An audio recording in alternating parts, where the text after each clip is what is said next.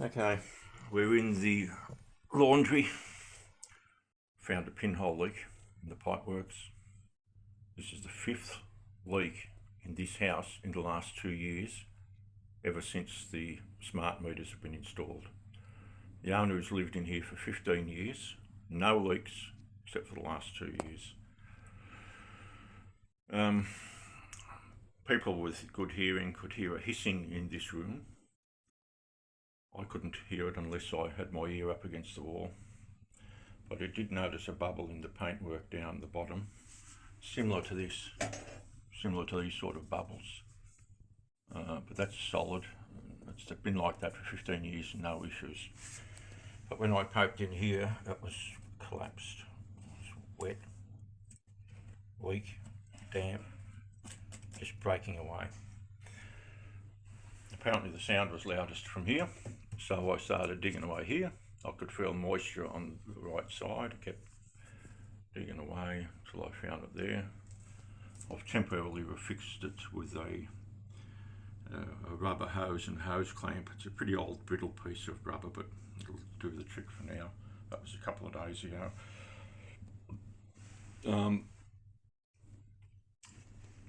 So the neighbour 2 years ago come home from work one day. There was a leak above the ceiling. The water built up above the plaster ceiling boards to the extent that when he got home, 4 rooms had the plasterboard ceiling collapse. Plaster everywhere, water everywhere. That's a mess. 2 months ago, there was a leak in this house like this. So that was repaired, trim it out, bang on some plasterboard, bog sand,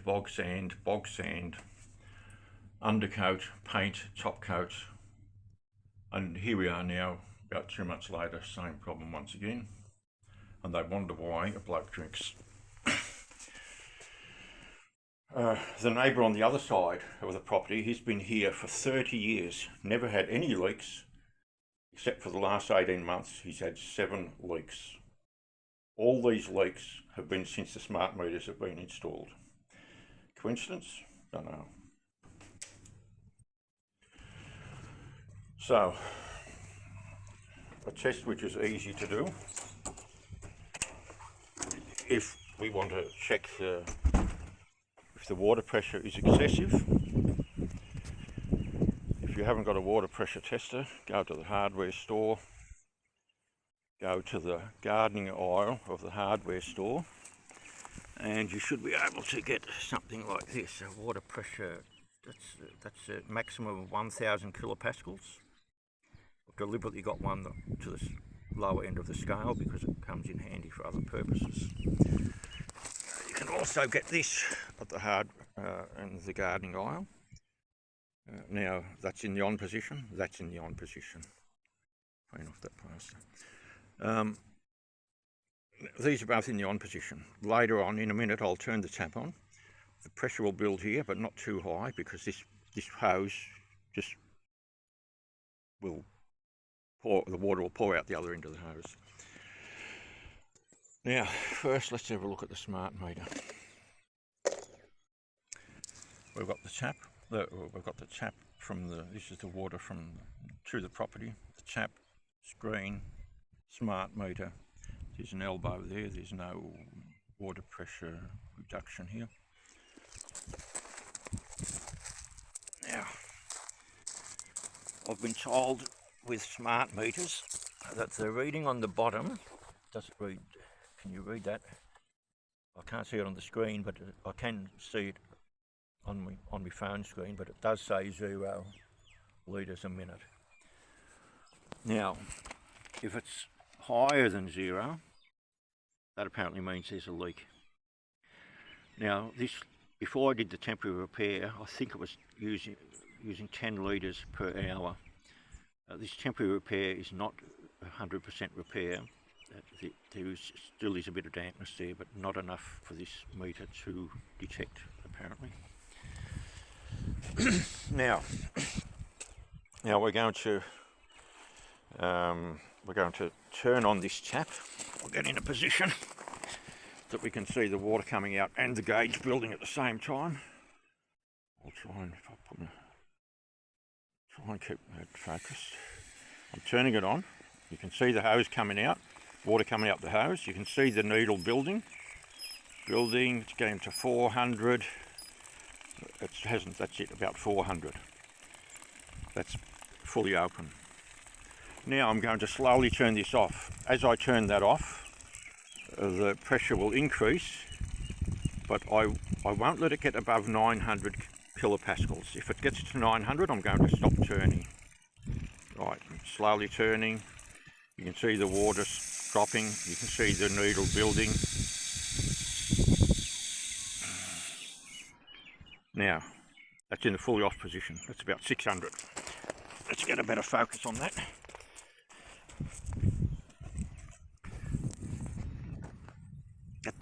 Let's call that 620 kilopascals, about 90 psi.